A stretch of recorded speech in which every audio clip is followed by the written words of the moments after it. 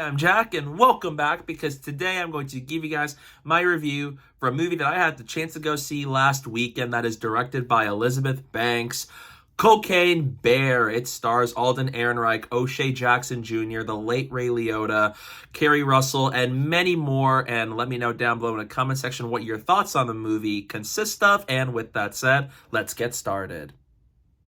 Cocaine Bear follows a 500-pound black bear as it consumes a big amount of cocaine and embarks on a drug-fueled rampage with a lot of people, whether it's drug dealers, kids, park rangers, getting caught up in the crossfire as they assemble in a Georgia forest. This is a movie that's been on my radar since the end of last year. I've heard about it, and for a movie that has the words cocaine and bear, I was wondering what was going to be conjured up with this movie, and it looks like it was going to be a movie that I expected to just be a lot of fun, even if it's not the smartest in terms of the screenplay. I definitely had a feeling it was going to be a fun movie at best. So now that I had the chance to go watch Cocaine Bear recently to see what the glory and all of the excitement for this movie was about, I really liked it. It lives up to the premise, it embraces the silliness, and it does everything I was hoping it was going to do while being a whole lot of fun. This movie is an exaggerated tale on the true story where a drug smuggler dropped loads of cocaine from a plane and he falls to his death in Knoxville, Tennessee. And so all of this is based off of a true story, except the bear going on a spree, all the stuff you see in this movie pretty much past the opening is all fictional events. And it does a really good job of giving us an exaggerated take on the true story. It's set in the 80s. It has a really good score. The music to it is really good. It fits the tone, and it really screams 80s nostalgia. For anybody that grew up in the 80s, there's a lot of songs used very well at the right time to add to whether we should be laughing at a scene or not. And the comedy really landed for me. I saw this movie with a big audience, and it was crazy throughout. Everybody was laughing from start to finish, just like I was. Yes! And it really got a lot of laughs out of me, especially from certain cast members like Alden Ehrenreich, who played Han Solo in Solo. He is a very underrated actor. Everything I've seen him in, he's one of the highlights of it, especially in Solo, which is the most underrated movie to come out of Star Wars. And he is so good in this movie. He is one of my favorite characters in the movie. Just his little storyline with O'Shea Jackson Jr. as they both go to the Georgia forest to find the cocaine and they end up on the path of bear, the stuff they go through. It is just so fun to watch. He just nails it from the comedy, and I hope we see him grow as an actor, see more of him in the future, because he's a really underrated actor. This movie also has Ray Liotta, who passed away last year, and he's also very good in this movie for the screen time that he had. He definitely plays a character that, once again, is a character you could see Ray Liotta playing. He does a good job at it. And Keri Russell is in this movie, and she is also very good here, too. She played a mother, and she's trying to find these two kids who went out into the forest and realizing like there is a bear out there, they're in danger, and what does she do to save them? Margo Martindale plays Liz, the park ranger, and she is one of the funniest characters in the whole movie. From her situational timing and comedy, very good, off the charts. What they do with her character, she's one of the best characters in the entire movie. She is so funny here.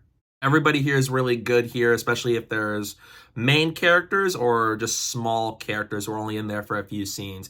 They're really good in this movie, and adding to that, when the movie focuses on the bear, this is where the movie's at its highest, because it's fun, it's ridiculous, but it knows it. It embraces the silliness of the premise, and it never fails to get a laugh out of me, because it does a good job of just showing us this bear who did cocaine and is just going on a spree.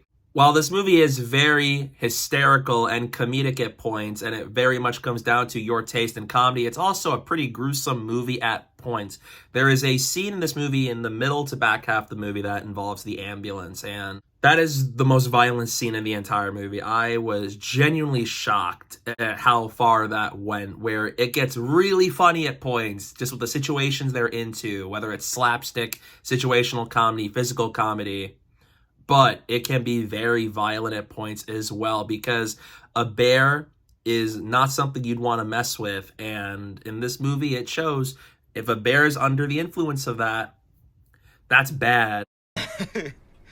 Uh-oh. And it's just really gruesome at points, and it really surprises me to the lengths they go. But it's done in a way where it adds to the silliness of the premise, because this movie very much works as a fun movie, even if it's not entirely the smartest movie in existence, but it knew what it is and it embraces it, which is something that I'm really happy it does. This movie is also an hour and 35 minutes, and never once did I feel bored. There are definitely points where the bear's not on screen and I want to see the bear back in the play, but I was never bored throughout, just following these characters in the forest, trying to get them to where they need to go, and how they try to figure out what's going on here. Their separate reasonings for being in the forest is also very good too.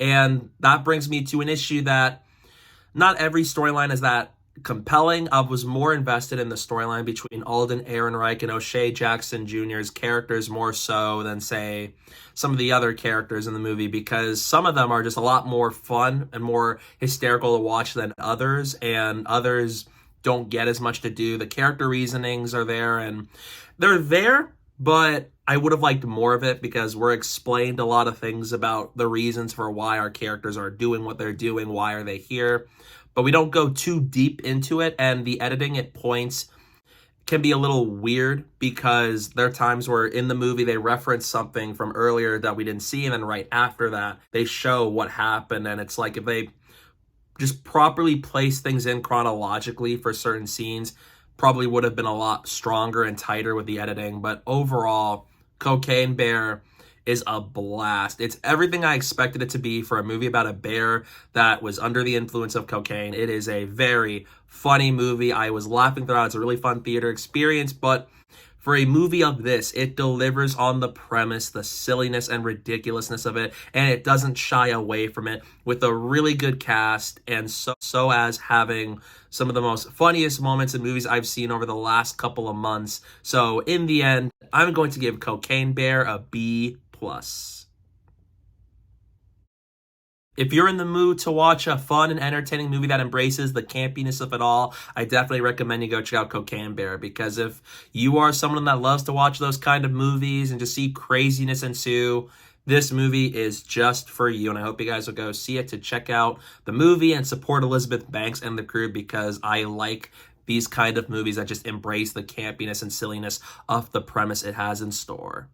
So yeah, that's my review for Cocaine Bear. What are your thoughts on the movie? Let me know down below in the comment section. I'd love to know your thoughts on it. Stay tuned for some upcoming videos I have planned very soon. I'm going to have a review for Creed 3 as I'm making my way through the Rocky franchise, and I'm seeing the movie over the weekend, and I'm super excited to see Michael B. Jordan direct the third installment in the Creed trilogy. So hopefully you guys will stay tuned for all that fun stuff coming your way very soon. And don't forget to follow me on social media. My username is down below at the bottom of the screen and in the description below. So please go do that while you're at it.